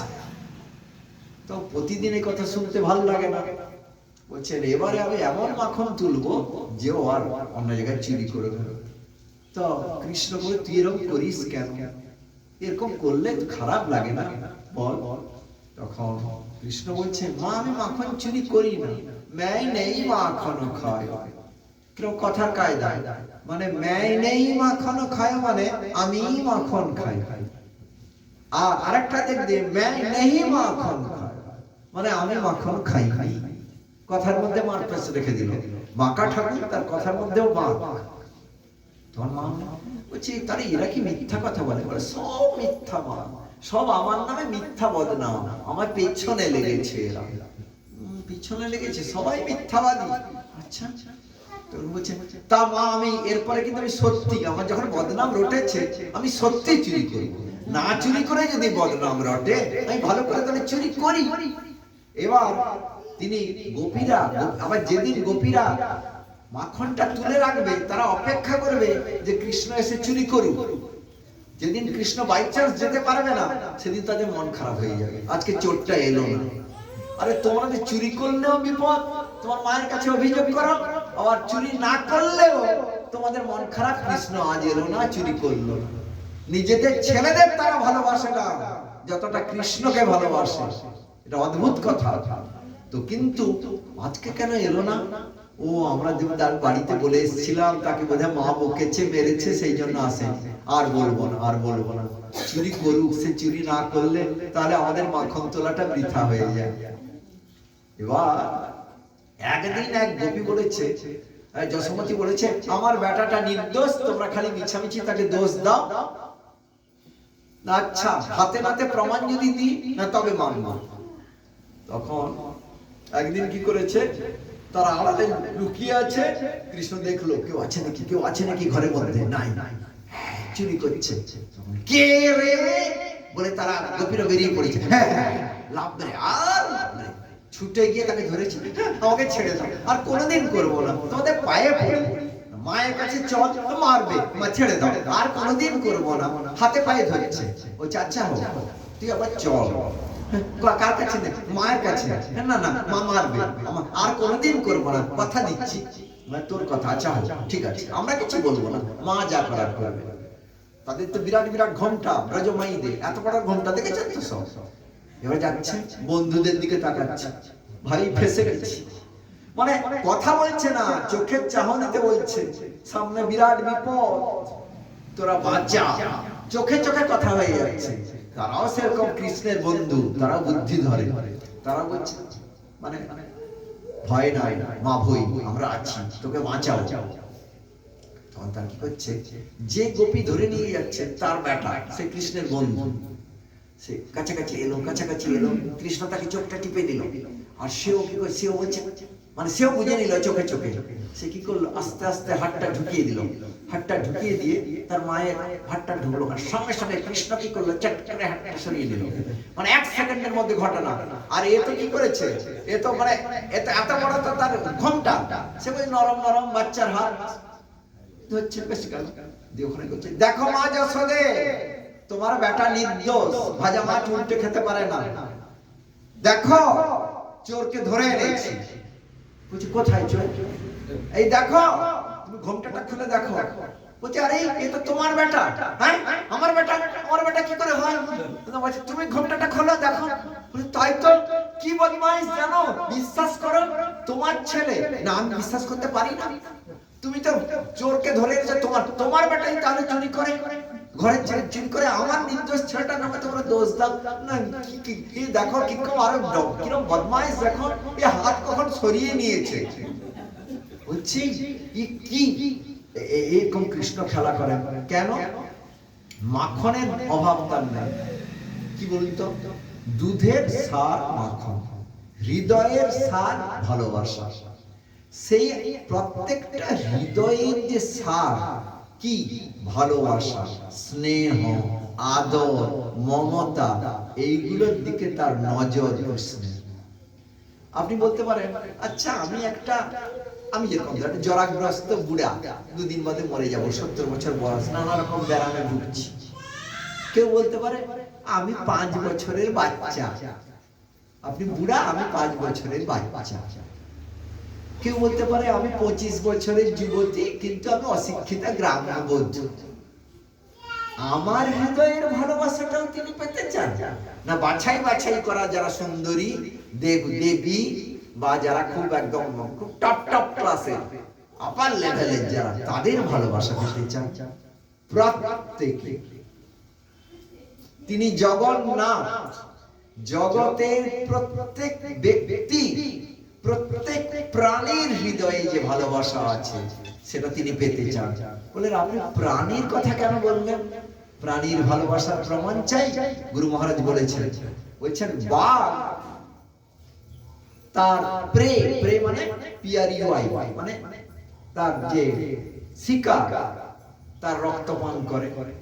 সিংহ তার যে প্রে বা শিকারের রক্ত পান করে, কিন্তু নিজের বাচ্চার রক্ত খায় না। নিজের বাচ্চা এলে জিভ দিয়ে চাটে, দুধ খাওয়ায়, নিজের শিকারকে নখ দিয়ে চিরে দেয়, দাঁত দিয়ে কামড়ে রক্ত পান করে, মাংস খায়। কিন্তু নিজের বাচ্চা, ছোট ছোট বাচ্চা, সিংহ বাচ্চা, বাঘ বাচ্চা এলে তাদের দুধ খাওয়ায়, তাদের গা চাটে। তাহলে বাঘের মধ্যেও সিংহের মধ্যেও ভালোবাসা আছে। তাই প্রত্যেকটা প্রাণীর মধ্যে, প্রত্যেকটি জীবের মধ্যে, প্রত্যেকটি মানুষের মধ্যে তো বটেই এই ভালোবাসা আছে। কৃষ্ণ সেটা পেতে চান, আমরা কৃষ্ণকে দিই না। প্রভুপাদের একটা বাণী মনে পড়ে গেল। তিনি বলছেন, আমরা নিজেদের রক্ত মাংসের ছেলেকে কোলে বসিয়ে আমরা কৃষ্ণকে কোল থেকে নামিয়ে দিই, আমরা রক্ত মাংসের ছেলেকে জড় পুত্রকে কোলে বসাই, কৃষ্ণ দুঃখ পান। তিনি বলেন, আমি তোমার কোলে বসতে চাই, কিন্তু তোমার কোল তো খালি নাই। স্ত্রী স্বামীকে বুকে জড়িয়ে ধরে, কৃষ্ণ বলেন, তোমার ভালোবাসাটা আমি পেতে চেয়েছিলাম, কিন্তু তুমি তো রক্ত মাংসের স্বামীকে তোমার সব দিয়েছো, জগৎ স্বামী আমার জন্য তো কিছু রাখনি। আমরা বন্ধুর আমরা আমাদের জগতের বন্ধুর হাত ধরে আমরা কত গোপন কথা বলি। কৃষ্ণ বলেন, আমি তোমাকে বন্ধু রূপে পেতে চেয়েছিলাম, তোমার হাতে হাত রাখতে চেয়েছিলাম, কিন্তু তুমি তো জাগতিক বন্ধুর সঙ্গে হাত মিলিয়েছো। আমি আমার বন্ধুত্ব তোমার সঙ্গে আমার যে আস্বাদন করবার ইচ্ছা, সেটা তো পূরণ হলো না। প্রভুপাদ বলছেন, এই সম্পর্কগুলি সে বাৎসল্য হোক কি সখ্য হোক কি কান্তরসের, মানে স্বামী হিসাবে হোক বা প্রেমিক হিসাবে হোক বা উপপতি রূপে হোক, প্যারামোর বলে, সেইটা কৃষ্ণকে যে কোনো রসে ভালোবাসা যায়। আমাদের মধ্যে হৃদয় যখন নির্মল হবে, তখন আমাদের নির্মল হৃদয়ে হরিনাম করতে করতে আমার মধ্যে একটা রস জেগে যাবে। গুরুদেবও সেটা বুঝতে পারবে আর আমিও বুঝতে পারবো। কেউ কার মধ্যে জাগবে, আমি কৃষ্ণের সঙ্গে বনে বনে ঘুরবো, তার সঙ্গে খেলা করবো, বুঝতে হবে সে সখ্য রস। কেউ ভাবে, কৃষ্ণ যদি আমার স্বামী হতেন, তাহলে সে রুক্মিণী সত্যভামা এদের জগতে যাবে, মীরাবাইয়ের জগতে যাবে, তাকে পতি হিসাবে স্বামী স্ত্রীর সঙ্গে যা ব্যবহার করে, কৃষ্ণ তার সঙ্গে ঠিক সেরকম ব্যবহার করবে, অবিকল তাই। কিন্তু এটা কাম আর কৃষ্ণেরটা প্রেম। এটা মাটির আপেল, ওটা গাছের আপেল, দেখতে একরকম, এটা মজা। আর কি, যদি সবচেয়ে উপরের কথাটা হচ্ছে, জয় জয় জলরস সর্বরস সার, পারকিয়া ভাবে যাহা ব্রজেতে প্রচার। মানে আমার বিয়ে হয়ে গেছে একজনের সঙ্গে, কিন্তু আমি সেই জগতের স্বামীকে ঠকিয়ে, মানে সরি আমার ভাষাটা ভুল হলো, সেই জাগতিক স্বামীকে ঠকিয়ে, আমার ভাষাটা ভুল হয়ে গেছিল, জাগতিক স্বামীকে মানে ম্যাটেরিয়াল হাজব্যান্ডকে ঠকিয়ে যদি জগৎ স্বামীকে ভালোবাসি, সেটা পারকীয় রসের ভালোবাসা। বলে তাতে সতীত্ব হানি হবে না? না। কেন হানি হবে না?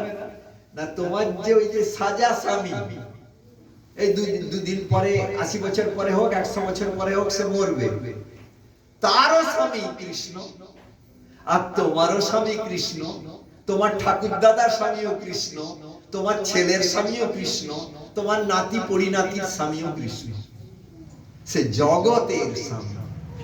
অতএব জাগতিক স্বামীকে ছেড়ে বা ঠকিয়ে যদি তুমি জগতের স্বামীকে ভালোবাসো, সেটা পারকীয় রস ঘটে, কিন্তু সেটা সর্বশ্রেষ্ঠ। এই জগতে অপরের বউকে যদি আমি ভালোবাসি, সেটা নরক। এই জগতের পরকীয়াটা নরক, আর চিন্ময় জগতের পরকীয়াটা অমৃতের অমৃত, সর্বশ্রেষ্ঠ। কেন? This material world is nothing but a perverted reflection of that transcendental world. মানে এই প্রাকৃত জগৎটা ওই অপ্রাকৃত জগতের বিকৃত প্রতিফলন। আয়নায় যেরকম ডান হাতটা বাম হাত মনে হয়, বাম হাতটা ডান হাত মনে হয়, ওখানে ওই জগতে মানে গোলকে ব্রজে, যেটা সবচেয়ে মিষ্টি, সবচেয়ে সুন্দর, সবচেয়ে চমৎকার, সবচেয়ে মঙ্গলময়, সেটার বিকৃত প্রতিফলন এই জগতে অত্যন্ত ঘৃণ্য, মানে নোংরা, বাজে ব্যাপার। ওখানে কৃষ্ণ একমাত্র নায়ক। তাই কৃষ্ণকে ভালোবাসাটা ভারী মানে রসের চমৎকারিত্বের কথা। এবং সেখানে স্বামীকে ঠকিয়ে যখন ভালোবাসছি, তাতে ভালোবাসার টানটা তীব্র, মানে কি গোপনে মেশা। এবার স্বামী যাতে জানতে না পারে তার সঙ্গে মেশা, এবং তাতে বাধা আছে, যত বাধা আছে, আপনি যদি একটা নদী যাচ্ছে আপনাকে বাধা দিয়ে দেন, সে বাঁধকে ভেঙে ডবল বেগে বেগে। সেরকম কৃষ্ণ ইচ্ছা করে, একে বলে প্যারামোর, ইংলিশে বলে PARAMOUR, উপপতি। জগতের উপপতিটা নোংরা ব্যাপার, আর জগন্নাথ যখন উপপতি হন সেটা সবচেয়ে সুন্দর ব্যাপার, সবচেয়ে কল্যাণকর মধুময় ব্যাপার, এটা রহস্য। তো সেই জন্য আসলে প্রকৃতপক্ষে তিনি তো নিত্য স্বামী, শুধু এইটা একটা ভঙ্গি করে যে আমরা অপরের বিবাহিত পত্নী, এরকম একটা ভাব রেখে দেয়। তারা জাগতিক স্বামীকে ঠকিয়ে কৃষ্ণের সঙ্গে গোপীগণ মিলিত হন, তার সেবা করেন। এবার কথাটা হচ্ছে কি, গুরুদেবকে খুব এক্সাম্পল দিয়ে বোঝান, সেটা বলতে গিয়ে আমি এত কথা বললাম যে কৃষ্ণ তোমার হৃদয়ের মাধুরীটা পান করতে চান, তোমার ভালোবাসাটা তিনি চুরি করেন। গুরুদেব বলছেন তুমি যদি তাকে না দাও, তিনি প্রয়োজনে শুধু চুরি নয় ডাকাতিও করেন, তোমার চুরি কেড়ে নেন। তুমি দিতে চাইছো না স্নেহ আদর ভালোবাসা, কৃষ্ণ কেড়ে নেন। গুরুদেব বলছেন, কৃষ্ণ বলেন একবার আমার দিকে তাকাতো, গুরুদেবের ভাষা, দেখবি আমার ত্রিভঙ্গ ভঙ্গিম রূপ, আমার মুরলী মনোহর রূপ, আমার তিলফুল যিনি নাসা, আমার নবীন ও নীরদ যিনি, আমার অঙ্গ কান্তি, সজল জলদ নীল, সজল জলদ মানে মেঘ। মাধবেন্দ্রপুরী যখন আকাশে মেঘ উঠত, মাধবেন্দ্রপুরীর দেশে আছে, আকাশে যখন মেঘ উঠত তিনি কেঁদে অস্থির। মেঘ দেখে কাঁদছেন কেন? তার মনে পড়ে যাচ্ছে কৃষ্ণের কথা, কারণ কৃষ্ণের গায়ের রঙ এরকম সজল মেঘের মতো, কিন্তু এই মেঘের থেকে কোটি গুণ সুন্দর। কিন্তু এই সজল মেঘটা কৃষ্ণের রূপের কথা মনে করিয়ে দিচ্ছে, আর তখন কৃষ্ণ বিরহে তিনি কাঁদছেন। কে কাঁদছেন? মাধবেন্দ্র পুরী। আকাশে মেঘ দেখে কাঁদছেন। প্রেমিক ভক্তদের কাহিনীতে আমরা পাই না, রাজাকে একজন প্রেমিক ভক্ত ময়ূরের মানে তার চিকিৎসা করতে গেছেন রাজা। তিনি রাজবৈদ্য কিন্তু পরম ভক্ত প্রেমিক, তিনি গেছেন চিকিৎসা করতে তিনি হঠাৎ দেখলেন রাজাকে একজন ময়ূরের পাখা দিয়ে হাওয়া করছে। সেই ময়ূর পাখা দেখে, তিনি তো প্রেমিক ভক্ত, কৃষ্ণের শিখিপুচ্ছ চূড়ার কথা মনে পড়েছে, অজ্ঞান হয়ে তিনি পড়ে গেছেন। তখন রাজা সে বাদশা, তিনি কি হলো কিছুক্ষণ বাদে জ্ঞান ফিরতে, মানে প্রেমের অজ্ঞান এটা। আপনার কি হলো? না, আমি একটু আমার ব্যারাম আছে, এরকম মাঝে মাঝে আমি এরকম সেন্সলেস হয়ে যাই, কিন্তু আসল কথা তা নয়। কিন্তু বাদশা খুব বুদ্ধিমান ছিলেন, বলছেন না, এ চেপে যাচ্ছে, এ সেন্সলেস নয়, এ মহাভক্ত প্রেমী। ওই যে আমাকে ময়ূরের পাখা দিয়ে আমার সেবক ব্যজন করছিল, ওই ময়ূরের পাখা দেখে তার ভগবানের কথা মনে পড়েছে, ভগবানের প্রেমে মূর্ছিত হয়েছে, আমার কাছে লুকিয়ে রাখছে। কিরকম দেখুন, গৌর কিশোর বাবার কথা শুনবেন। গৌর কিশোর বাবা অবধূত চূড়ামণি, নবদ্বীপের আমি যেখানে থাকি তারই কাছাকাছি। মর্নিং ওয়াক করতে গিয়ে তার সেই জায়গায় পৌঁছেন, তো সে যে টিনের ঘরটায় তিনি আসতেন সানন্দ সুখদে খুঁজে, রাস্তায় বেরিয়েছেন, পাগলা মনে করে ছেলেরা কেউ মুখ ভ্যাংচাচ্ছে, কেউ ধুলা গায়ে দিয়ে দিচ্ছে, কেউ দুষ্টামি করে একটু ঢিল ছুটছে বাচ্চা। যদি দেখতেন শ্যামলা ছেলে করছে, কালো গায়ের রং, তিনি বলছেন, দেখ মা যশোমতী, তোর গোপাল কিরকম দুষ্টামি করছে, আমাকে ভ্যাংচাচ্ছে, দেখ আমার গায়ে ধুলা দিচ্ছে, দেখ মা যশোমতী কিরকম করছে তোর গোপাল। আর যদি ফর্সা ছেলে করতো, দেখ মা সচি, তোর নিমাই কি দুষ্টামি করছে, আমাকে মুখ দেখাচ্ছে, ভ্যাংচাচ্ছে, আমার গায়ে দেখ না কিরকম ধুলো ছুটছে, দেখ মা সচি। তিনি কিরকম দর্শন তার দেখুন। একদিন আচার্যদেব শ্রীমৎ ভক্তি প্রসাদ পুরী গোস্বামী ঠাকুর, রাত্রি তখন অনেক 2-2:30টার সময়, তিনি সারা রাত তো প্রেমে কামতেন, হরিনাম করতেন। তখন তার সেবক শুনছে, তিনি বলছেন নিজের মধ্যে, মাতাল, এরা প্রেমে মাতাল, প্রেম মাতালিয়া। বলছেন, নন্দরাজ কা লখ লখ গাইয়া, নীতি নীতি মাখন হয়, মাখন চোরি ছোড় দো কানাইয়া, मैं समझाओ তোয়। আমি ঠিক হিন্দি বলতে পারি না, আমার যতটা মনে আছে বললাম, এটা সত্যি ঘটনা। তিনি বলছেন, কানাই তুই কেন এরকম চুরি করছিস? বদনাম হয় না? তোর বাবার মনে কষ্ট হয় না? তোর লক্ষ লক্ষ গাই তোর বাবা, নন্দ রাজা তিনি, তোকে ভালো কথা বলছি বাবা, সমঝাচ্ছি, মানে বোঝাচ্ছি তোকে, বুঝ, তুই ভালো হ, দুষ্টামি করতে নেই, মাখন চুরি ছোড় দো কানাইয়া, আর কালকে থেকে মাখন চুরি করিস না, তোকে ভালো কথা বুঝাচ্ছি, বোঝ। তো সেবক শুনছে, মানে আবেশে বলছেন, কখনো ফট করে বলবেন এক্ষুনি ব্রজে যেতে হবে, চলো চলো চলো, বেডিং বাঁধো। তখন সেবক বলবে, টিকিট কাটা নাই, কিছু নাই, আপনি আগে থেকে তো বলবেন। কোন না, আগে থেকে কি করে বলবো, এক্ষুনি তো সে আমাকে জানান, এসো আমার কাছে। গুরু ঠাকুরের কথা শুনবেন, গুরু ঠাকুর মানে যার নামে মঠ, শ্রীমৎ ভক্তি ভূষণ ভারতী গোস্বামী ঠাকুর, যার আবির্ভাব 100 উৎসব গেল। হুট করে বলবেন বিকালবেলা টিফিনে, আজকে ঠাকুর ফুলকপি সিঙ্গাড়া চাইছে। ভক্তরা বলে, আচ্ছা গুরুদেব একটা কথা বলবো, এই বিকেলে আপনি কোনোদিন বলেন যে মালপোয়া, কোনোদিন বলছেন গাওয়া ঘি লুচি, কোনোদিন বলছেন এই সিঙ্গাড়া, ফুলকপি সিঙ্গাড়া, এইসব বলছেন। এটা যদি সকালে একটু বলেন না, সুবিধা হয়, কারণ আমরা জিনিসটা বাজার থেকে তাহলে কিনে রাখতে পারি। তখন বলছেন, আরে আমার কাছে তো খবর এক্ষুনি এলো, আমি খবর আসা মাত্র তোমাদের বলেছি। না, আপনি যে কখন কি বলেন, সকালে একটা বলেন, বিকেলে আমার একটা কথা বলেন, আপনার কথা তো পরপর পাল্টে যায়।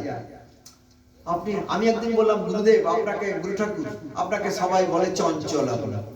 বলছে, রাধাপদ, কৃষ্ণের সঙ্গে আমার যখন ডাইরেক্ট কমিউনিয়ন হবে না, আমি তো চঞ্চলের শিরোমণি হয়ে যাবো। মানে এমন ভাব দেখাচ্ছেন কৃষ্ণের সঙ্গে তার ডাইরেক্ট কমিউনিয়ন হয় না।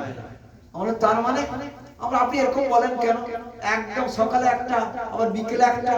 না, আরে সকালবেলা সে তো খাম খেয়ালি কৃষ্ণ, সকালে বললো লুচি খাবো, বিকেলে তার মেজাজ পাল্টে গেল, বললাম ফুলকপি সিঙ্গাড়া খাবো। যা বলে আমাকে সেটা শুনতে হয়। তাই তোমরা ভাবো যে আমি চঞ্চল, কিন্তু দোষ আমার নয়, যত দোষ এই নন্দ ঘোষের বেটা। মানে কি মুশকিল কথা। একদিন বায়না ধরেছে গৌর সুন্দর, তাকে সিঙ্গাড়ার না সাইজটা ছোট করে দেয়। তো মহারাজকে বলছেন, মহারাজ সিঙ্গাড়ার সাইজটা বড় চাইছে। নিষ্কিঞ্চ মহারাজ বলছেন, খরচপত্র তো আছে না, খরচপত্রের ব্যাপার আছে, ওটা বড় বড় করলে না, না বড় সে সিঙ্গাড়া।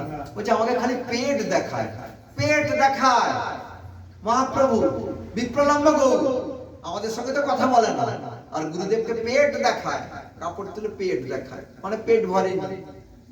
তখন বলছেন, তখন ওখানে অর্ধেন্দ্র বাবু ছিলেন, মানে দান কোটি কোটি টাকা যিনি মঠকে দিয়েছেন, অমলদার দাদা তিনি আছেন। গুরুদেব কেঁদে যাচ্ছেন। বলছে, গুরুদেব আপনি কাঁদছেন কেন? না, তোমাদের ঠাকুর পেট দেখায় আমাকে। বলছে, কত টাকা লাগবে গুরুদেব বলবো, সব রকম খাবার করে তাকে দিয়ে দিই। আমরা ছোটবেলায় খেতে পাইনি, আমাদের গরিব ছিলাম, আমরা কয়েক ভাই খেতে পেতাম না, মা আমাদের আটায় জল গুলিয়ে খেতে দিয়েছে ছোটবেলায়। এখন আমরা ব্যবসা করে অনেক টাকা তারই কৃপায় পেয়েছি, তারই দেওয়া টাকা, তারই সেবায় লাগাবো। আপনি রাজকীয় ভোগের ব্যবস্থা করেন। বলে, আর কত টাকা দিবা তোমরা, এরকম করে বলছে। না না, আপনি ব্যবস্থা করেন। সব হলো, এবার সিঙ্গাড়া খাচ্ছে, খুব খুশি। এবার একদম বলছে, কিন্তু নতুন ফুলকপির সিঙ্গাড়া খাও, আলুর সিঙ্গাড়া না, ফুলকপি। তখন ভক্তদের বলে, তোরা ফুলকপি সিঙ্গাড়া কর। বলছে, গুরুদেব এখন ফুলকপিটা ওঠেনি, ফুলকপিটা না, সে বলছে বাগানে ফুলকপি আছে। বলছে আমাদের মঠের বাগানে? না, হ্যাঁ দেখে আসো তো। সব দেখে এলো। বলছে না গুরুদেব, পাতাটার আড়ালে ফুলকপি কোনো এখনো হয়নি, ছোট কুড়িও হয়। তখন ঠাকুর গুরুদেবের সঙ্গে তার কথা, বলছে তুমি যে বলছো এরা দেখতে পাচ্ছে না কিন্তু মহাপ্রভুকে, ফুলকপি নাই, তুমি কেন দুষ্টামি করছো, বায়না করছো? আছে আছে, ওদের বলো নৈরিত কোণে ওই গাছের তলায় একটা আছে, সবে ফুটেছে। এ বলছে অমুক জায়গায় আছে, দেখ তো। ওমা দেখে সত্যি ওই কোণে একটা ফুলকপি হয়ে আছে। ফুল কি করে আছে? একটা জায়গায়। সেটা তুলে আনা হলো, বলে এক্ষুনি করে নাও, বড় সাইজের কিন্তু ফুলকপির পুর দিয়ে আর এক্ষুনি করে। মানে কি আবদার ঠাকুরের। আবার গুরুদেব জীবনে প্রেসার লীলা করলেন। প্রেসার নয়, ওটা তার দিব্যন মান। প্রেসার লীলা হাই প্রেসার দেখাচ্ছেন, ওটা প্রেমের প্রেসার, বিরহের প্রেসার। ডাক্তার বললো আপনি লবণ খাবেন না, একদম খাবেন না, আপনার তরকারিতে নুন দেওয়া যাবে না, খালি মানে নামে মাত্র নুন। সে তরকারি মুখে দেওয়া যায়, তরকারিতে নুন পড়লে গুরুদেব খায়। তা ঠাকুর বলছে তোমার তরকারিটা তো আমার কাছে ভোগে আসে না। তখন গুরুদেব বলছেন সে তরকারি তুমি মুখে দিতে পারবে না, তাতে খুব অল্প লবণ, আলুনি বিচ্ছি স্বাদ। না আমি সেটাও খাবো। রুগীর রসা তো সেটাও আমি খাবো, সবটা আমি খাবো, আমার কাছে যেন সব আসে। বুঝে ওরে আমার রসাটাও খাবে বলছে, কি বায়না, যা বলে তাকে সে আলুনিটাও খাবে। পাঠের সময় ছোট ছোট ঠাকুর আসতো, আপনারা গদ্যমে দেখেননি তারা বুঝতে পারবেন না, সেফালি দিদি আছে তারা দেখেছে এসব লীলা। পাঠের সময় ছোট ছোট ঠাকুরকে আনা হবে, ছোট ছোট ঠাকুরকে মন্দির থেকে উঠে আনা হবে।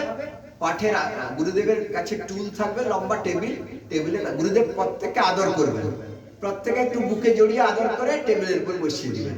তারা তার 2 ঘন্টা পাঠটাক শুনবে, আবার তাদের গুরুদেব কোলে করে আদর করবেন। তাদের পালকি ব্যবস্থা আছে, পালকিতে করে তাদের আবার কীর্তন করতে করতে তাদের মন্দির নিয়ে, প্রতিদিনের ঘটনা। এবার মঠের যে সিংহাসনে বড় ঠাকুর সব বসে আছে, এখানেও যেরকম বড় ঠাকুর ছোট ঠাকুর আছে, তাদের অভিমান এই ঠিক জগতের বেটাদের মতো। তাকু পড়ো করিল, মকু পড়ো করো চড়ি, যে প্রহ্লাদ যে আছে রুমার বেটা, ও মা মায়াপুরের সময় আরেকজনকে কোলে করেছে। হে মুখটু ফুলিয়ে এইখানে ঘটনা, হ্যাঁ মানে হিংসা, তাকে তুমি কোলে করেছো, মুখ করেছো, সে ফসে যাচ্ছে একদম হিংসা, এই জগতের বাচ্চার হিংসা। তখন এ এসে গুরুদেবের কাছে বলছে, বড় বড় ঠাকুর গদ্যটা দেখেছেন, বড় বড় ঠাকুর বলছেন ছোট ঠাকুরদের এত আদর, আমাদের বলা খাঁচ খোলা, আমরাও পাঠে যাব, আমাদেরও আদর করো, আমরাও পাঠে 2 ঘন্টা শুনবো। তখন ঠাকুর বলছে, গুরু ঠাকুর বলছেন তোমরা বড় হয়ে গেছো, তোমরা ভারী, তোমাদের করে নেওয়া যায়, তোমরা ভারী, তোমাদের কি করে নেওয়া যায় বলো? রাস্তায় পড়ে গিয়ে হাত পা ভেঙে যাবে, আদর আনা যায়? তোমরা ছোটদের আদর করা যায় বলে, তোমরা বড় হয়ে গেছো, ধাড়ি হয়ে গেছো, এখন ধাড়িদের আমার কি আদর, তোমরা ওইখানে আদর। তাদের মুখটুক ভারী। বলছে ওরে এ তো মুখটুক ভারী করছে, খাবে না। তখন গুরুদেব একদিন কি করলেন, বলছে মন্দিরে ঢুকলেন আর কাপড় টাপড় ছেড়ে মন্দিরে গিয়ে ঢুকলেন, গুরুদেব দরজা বন্ধ করে দিলেন। ভিতরে ঢুকে তাদের আদর টাদর করে শান্ত করলেন। বলে বাবা তোমরা বুঝছো, তোমরা কেন অবুঝ হয়েছো, তোমরা এত ভারী, তোমাদের নিয়ে অত দূর রাস্তা যাওয়া যায় আমার ঘরে? তোমরা পড়ে যাবে না, তোমাদের ভারী, তোমরা তোমাদের নিয়ে যাওয়া যায় না, তোমরা বুঝো, আমি মাঝে মাঝে এসে তোমাদের আদর করে দেবো। তখন শান্ত আর কি। তারপরে বলছে তরকারিতে বিভিন্ন তরকারি চাই, বলছে তোরা কটা রান্না করে খেতে দিস? না 10টা, 8টা 10টা, বড় যে উৎসবে 300 350 রান্না হয়। বলছে শুনবি তোরা, আমি প্রতিদিন 1000টা রান্না করি, 1000 মানুষে তাদের ডেকে এনে খাওয়াই, তারা সব আমার কাছে খায়। এই গুরু মহারাজের মঠ থেকে গদ্রুম বিহারীও আমার কাছে আসে, সে এসে আমার কাছে রোজ খেয়ে যায়। 1000টা পদ আমি খাওয়াই রোজ, 1000টা আইটেম। তাহলে কি লীলা! তাহলে গুরুদেব আমাদের মধ্যে এইটা জাগাতে চেয়েছিলেন। কি জাগাতে চেয়েছিলেন? এই হরিকথা রূপ বাণী